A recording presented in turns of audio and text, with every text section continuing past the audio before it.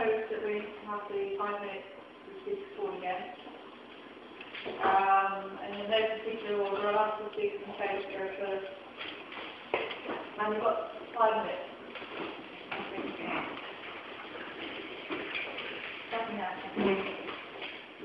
Right, thanks. Well, clearly this is a controversial proposal, not much depends otherwise.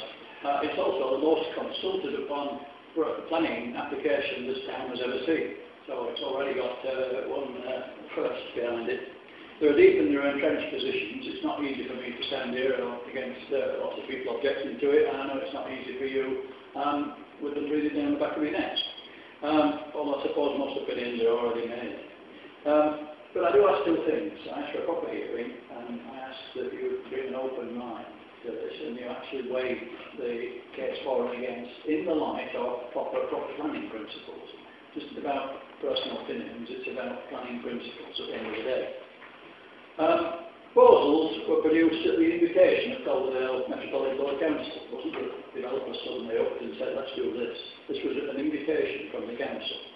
And the proposals put forward satisfy what the council asked for. They've also got the approval of national bodies that are concerned with the built environment and with conservation. People like the Commission for Architecture and Built Environment and the English Heritage are perfectly happy with these.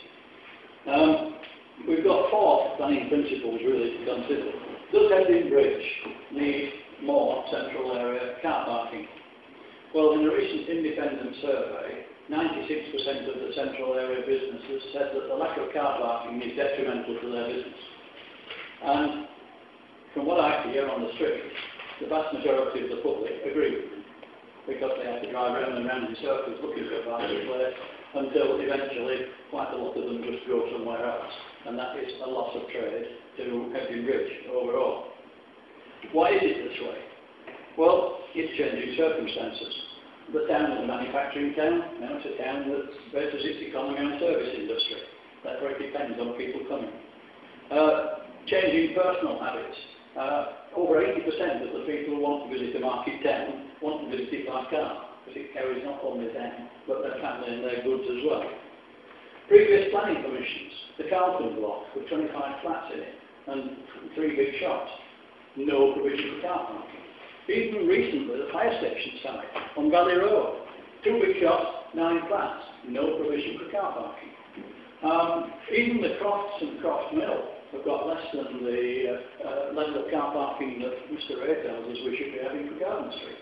This building that we're in, if it changes to be a community facility, as many of us want, where's the car parking provision going to be made? As far as I know, there isn't any. In fact, we shall lose a dozen car parking spaces at least, from the side and the rear, for general public use. So the parking situation at Heading Bridge is only going to get worse, unless somebody does something about it. Right.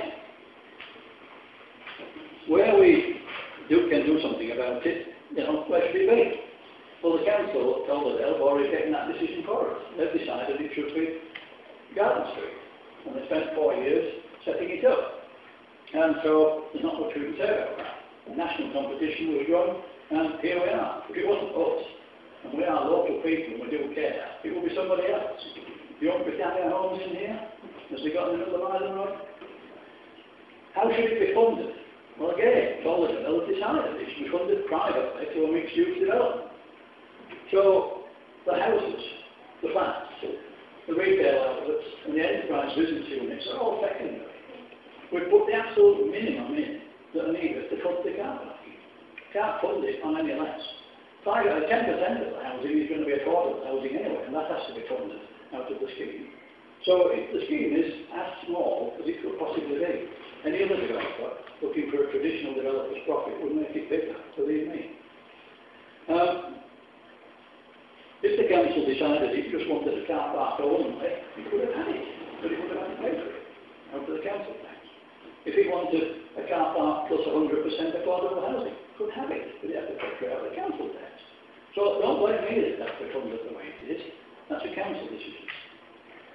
Fourthly, does the development enhance and preserve the conservation area? Absolutely, yes. The Garden Street site is brown land. results from 1960s slum clearance. I'll put this up afterwards, you can look at it, at what it used to look like. So tragically they were ever pulled down, but they were. And so now it is semi-derelict land with a semi-use on it.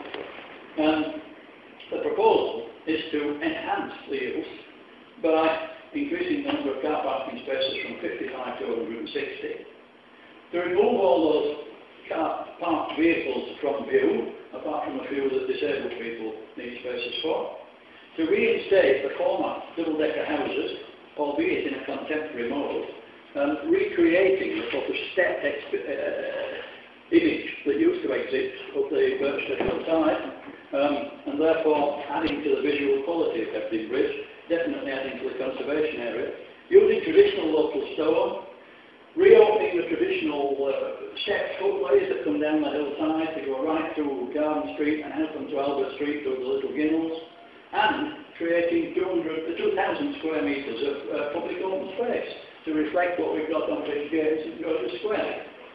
Now the contemporary style of the buildings, I agree, are a challenge at first. But we need to look at the character of Hebden conservation.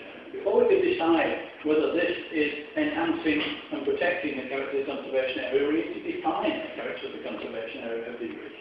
Hebden Bridge was described to me once by Patrick Hutchins as a wonderful urban crumble, a mixture of fairly high-rise, stone-built properties in all shapes and sizes. That's what we're adding to. And it's not a sort of chocolate box, market town. It's a market town with a character. If you look into the square there, you've got 17th century folks